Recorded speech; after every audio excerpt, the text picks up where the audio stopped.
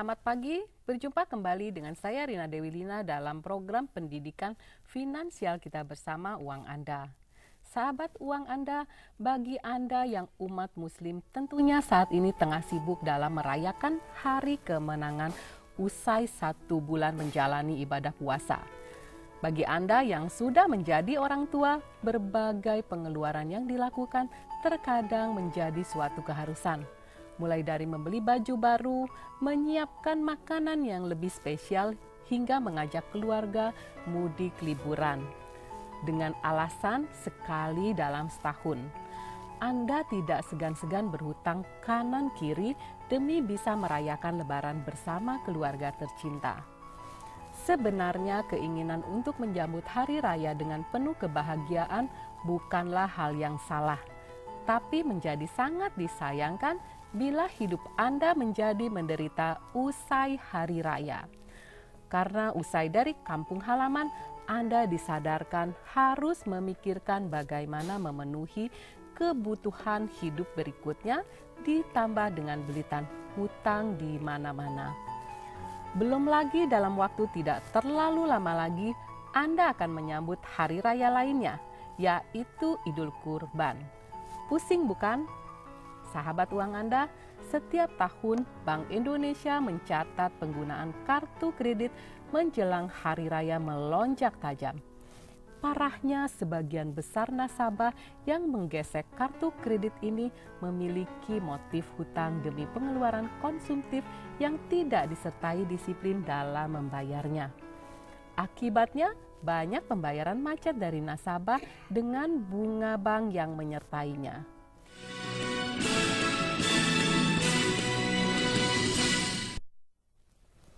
Baiklah sahabat uang Anda, pada episode kali ini saya akan membaca beberapa email dari sahabat uang Anda terkait topik yang sedang kita diskusikan hari ini.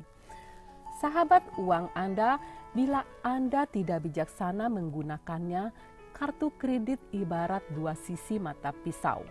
Satu sisi sangat membantu jika Anda gunakan dengan benar, dan sisi lainnya justru membahayakan diri Anda menggunakannya dengan nafsu yang sifatnya konsumtif.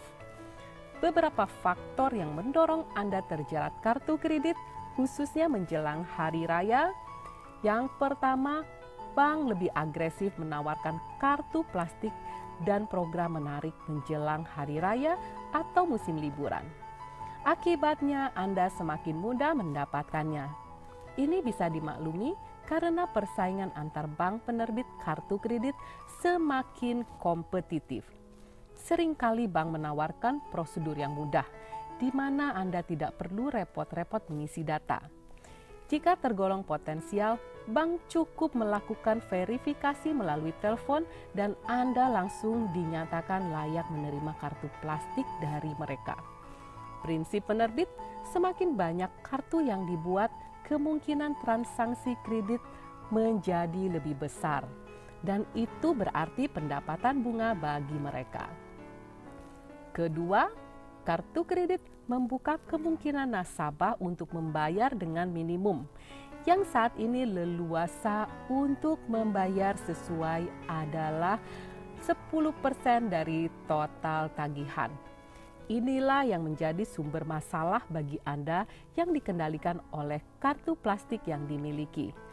Anda tidak menyadari berbagai pengeluaran yang dilakukan di pusat perbelanjaan akan membuat tagihan menumpuk pasca hari raya. Dan bila hanya pembayaran minimum yang dilakukan, maka bukan saja tagihan yang menjerat, tetapi ditambah dengan bunga yang menumpuk. Ketiga, menjelang hari raya dengan tingkat kebutuhan yang meningkat, seringkali Anda memaksakan diri untuk bersikap lebih konsumtif dari bulan biasanya. Apalagi bagi Anda yang tidak tahan godaan, segera rubah mindset Anda bahwa kartu kredit bukanlah sumber penghasilan yang bisa menjadi tambahan uang belanja, tapi kartu kredit adalah hutang yang bisa digunakan dalam keadaan emergensi, bukan untuk membiayai gaya hidup Anda di bulan suci ini. Dan terakhir, tidak sadar resiko bunga dan biaya dari setiap transaksi menggunakan kartu kredit. Begitu Anda hanya membayar syarat minimalnya saja, maka bank akan mengenakan bunga untuk sisanya. Bunga kartu kredit adalah salah satu bunga termahal. Dan jangan lupa, bank akan mengenakan bunga berdasarkan tanggal setiap transaksi kita atau bunga harian.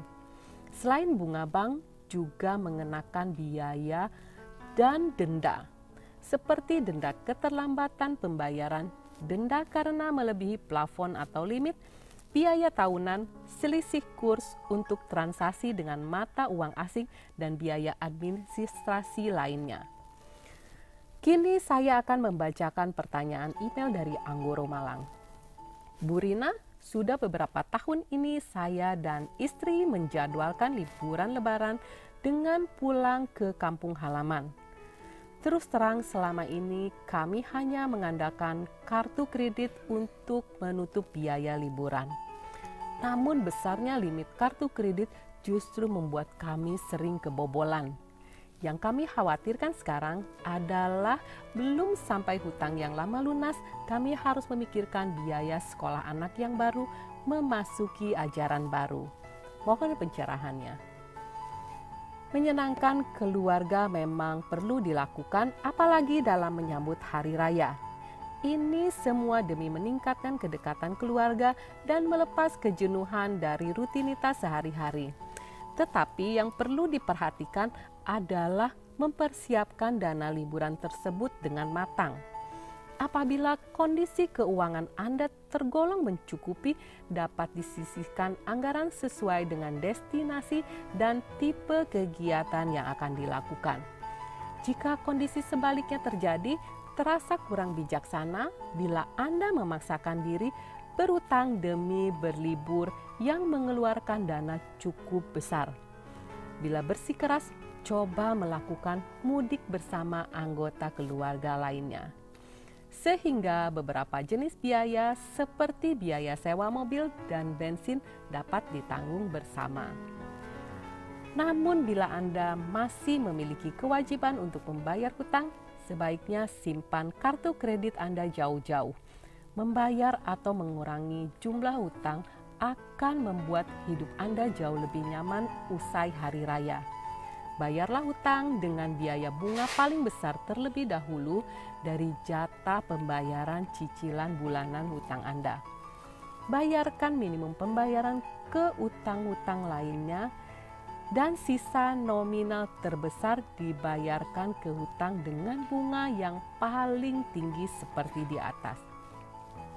Fasilitas kartu kredit awalnya bisa memudahkan, tetapi akhirnya justru membuat Anda semakin sulit keluar dari jeratan hutang Anda sendiri. Jadi silakan hitung terlebih dahulu kemampuan finansial Anda sebelum memutuskan menggunakan kartu kredit Anda. Nah, Mas Linggar, semoga penjelasan saya dapat membantu Anda. Kini saya akan membacakan email berikutnya dari Yuni di Serpong. Bu Rina, promosi yang dilakukan pusat belanja usai hari raya biasanya lebih gencar dan menggoda dengan program diskon yang mereka tawarkan. Terus terang, saya sering tergoda dan kerap menggunakan kartu kredit yang saya miliki. Bagaimana saya mengerem godaan pengeluaran konsumtif tersebut?